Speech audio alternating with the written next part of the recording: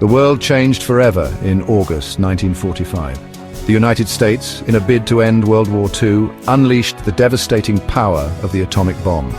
Two Japanese cities, Hiroshima and Nagasaki, became testing grounds for this horrific new weapon. Thousands perished in the blink of an eye. Amidst the unimaginable destruction, one man's story stands out, a testament to the resilience of the human spirit. This is the story of Tsutomu Yamaguchi, a name forever etched in the annals of history as the man who survived both atomic bombs. Tsutomu Yamaguchi was an ordinary man living in an extraordinary time.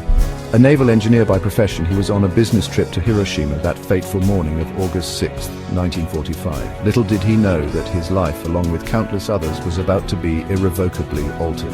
At 8:15 a.m., as he walked towards the Mitsubishi shipyard, the sky erupted in a blinding flash. The world went white.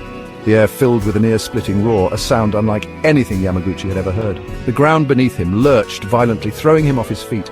As he lay there, dazed and disoriented, he could see a massive mushroom cloud rising in the distance, reaching towards the heavens like a harbinger of death. He had witnessed the unimaginable, the dawn of the atomic age. The world would never be the same. Yamaguchi was thrown a considerable distance by the blast. He landed hard, his body racked with pain. He was burned, his clothes ripped to shreds. He was blind, his vision obscured by the intense flash. Confused and disoriented, he stumbled to his feet, his ears still ringing from the explosion. Around him, the world was a scene of utter devastation. Buildings had been reduced to rubble. Fires raged unchecked, consuming everything in their path. People, their skin hanging off their bones, wandered aimlessly, their faces contorted in pain and shock. The air was thick with the smell of burning flesh and the acrid stench of death. It was a vision of hell on earth. Despite his injuries, Yamaguchi managed to find his way to a nearby shelter. He spent the night there, tending to his wounds as best he could. The cries of the injured and dying echoed through the darkness, a constant reminder of the horror he had witnessed. The following morning he emerged from the shelter to find a city in ruins. Hiroshima, once a vibrant metropolis, was now a desolate wasteland. The once familiar streets were unrecognizable, buried beneath mountains of debris. The air was thick with dust and ash, making it difficult to breathe. Yamaguchi, his body battered and his spirit broken, knew he had to escape the city before it was too late. With great difficulty, Yamaguchi made his way to the train station. The platform was crowded with survivors, all desperate to flee the city. Many were badly burned, their skin raw and blistered. Others were missing limbs, their bodies mangled beyond recognition. The air was heavy with the stench of death.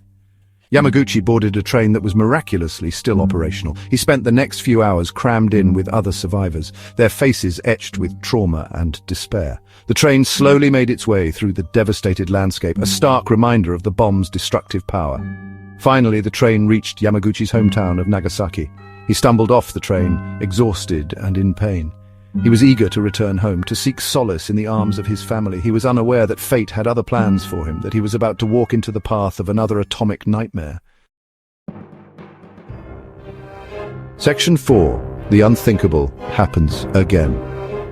On the morning of August 9, 1945, just 3 days after the bombing of Hiroshima, Yamaguchi dragged himself to work.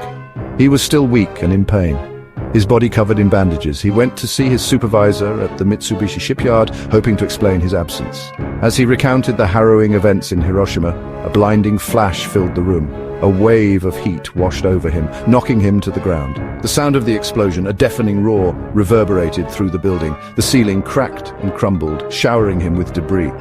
Yamaguchi couldn't believe it. He had survived one atomic bomb, only to be caught in the inferno of another. He had escaped the jaws of death once, only to be thrust back into its path. It was a cruel twist of fate, a testament to the indiscriminate nature of war.